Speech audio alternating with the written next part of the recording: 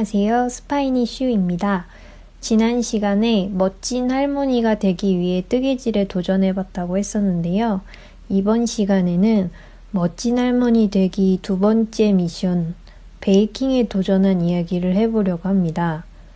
처음에는 집에 오븐이 없어서 베이킹을 접할 기회가 없었어요. 그러다가 동네의 작은 스튜디오에서 5만 원을 내면 2가지 디저트를 만들 수 있는 원데이 클래스가 있다는 걸 알게 된 거예요.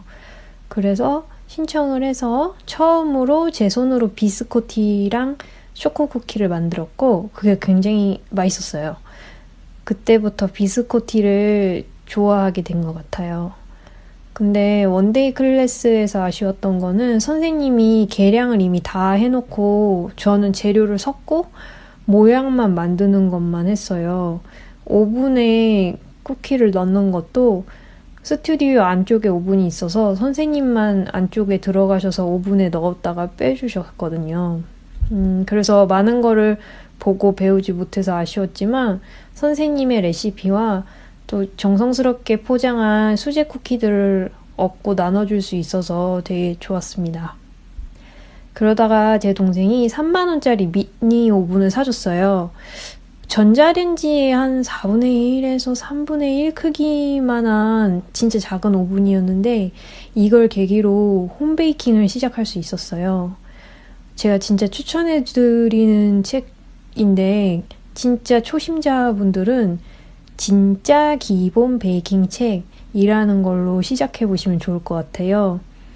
정말 초심자 대상으로 재료나 도구에 대해 그리고 오븐 다루는 법에 대해 내 오븐이 기본 온도보다 좀 더 낮은 오븐인지 높은 오븐인지 이런 걸 파악하는 방법도 알려주고 정말 상세하게 안내를 해줘서 저는 이 책에 있는 레시피로는 단 한 번도 실패한 적이 없어요.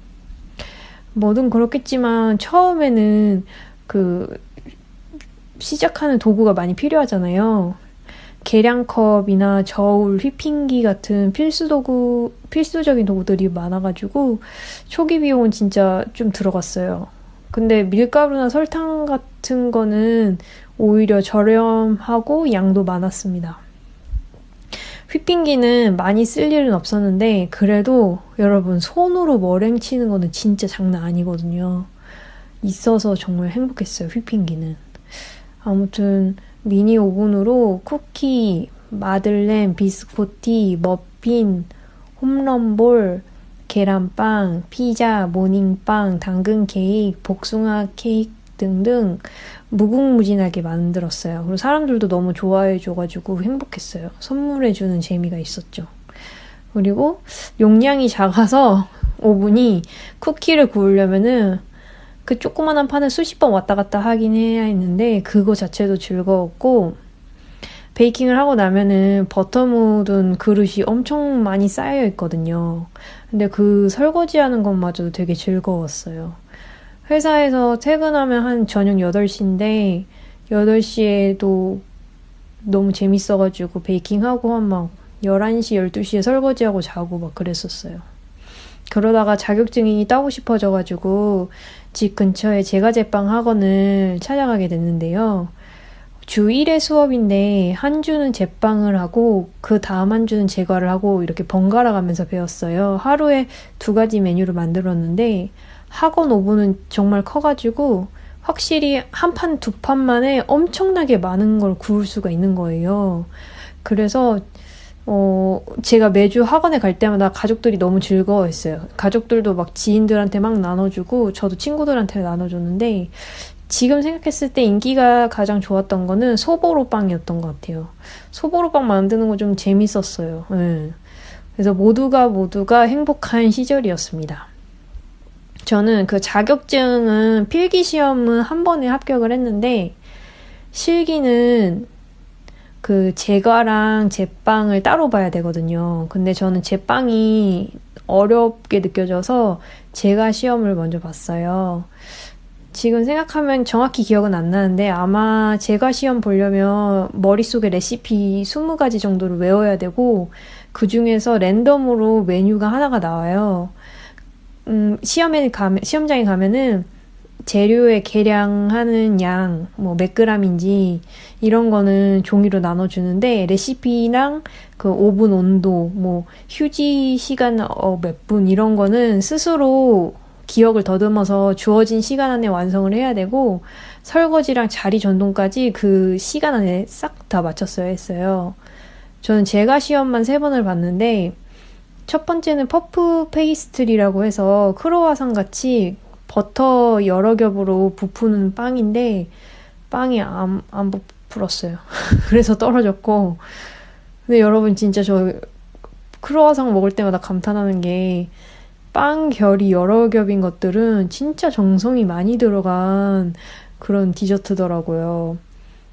빵이랑 반죽이랑 버터를 접은 다음에 밀은 다음에 냉장고에 잠깐 넣었다가 또 접은 다음에 밀었다가 뒀다가 이거를 계속 여러 번을 해야 그렇게 겹겹이가 쌓여지는 거거든요. 근데 저는 아마 반죽에서부터 잘못되어서 안 부풀었던 것 같아요. 두 번째 메뉴는 케이크 시트여서 어렵지는 않았는데 떨어졌고요. 이것도 잘 안 부풀었어요.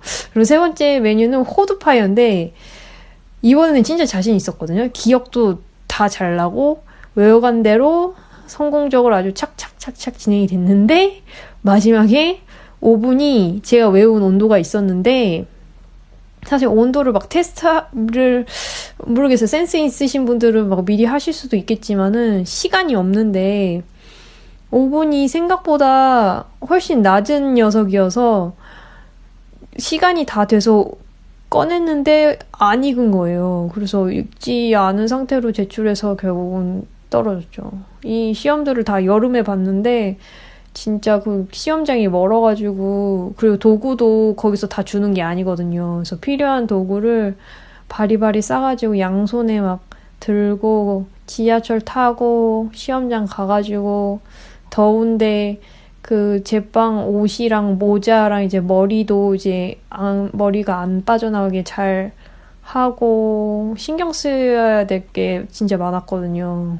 그래서 물론 다 떨어지긴 했지만 최선을 다해서 3번의 여장을 떠났던 것만으로도 만족을 하고 이제 3번이면 내가 최선을 다했다 하고 자격증에는 미련을 바로 버린 것 같아요. 그리고 사실 자격증이 없어도 제과점을 차리는 거는 문제가 없고요. 보통 자격증을 따고자 하는 분들은 홈베이킹을 하다가 저처럼 도전하시는 분들이 많다고 해요.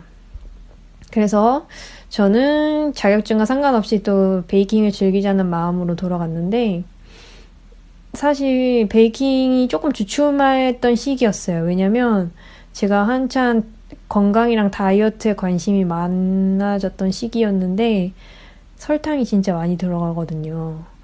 그 레시피마다 다르겠지만 제가 시험 봤던 것 중에 케이크 시트에 밀가루가 100g 들어가면 설탕이 똑같이 100g 들어가는 게 너무 깜짝 놀랐어요. 그래서 제가 만들고도 먹기가 싫고 또 그걸 또 남 주기도 너무 미안한 거예요. 물론 다른 분들은 달고 해서 맛있다고 좋아하긴 하는데 너무 미안한 거예요. 그래서 비건 베이킹을 알아보게 됐어요. 건강한 빵을 만들고 싶다 해서. 그래서 비건 베이킹을 알려주시는 선생님 찾아가서 수업도 듣고 또 창업반 수업까지 들었어요. 비건 베이킹은 밀가루, 계란, 설탕, 우유 대신에 뭐 통밀가루, 현미유, 두유 이런 걸 사용해서 건강한 대체 재료로 디저트를 다양하게 만들 수 있는데요.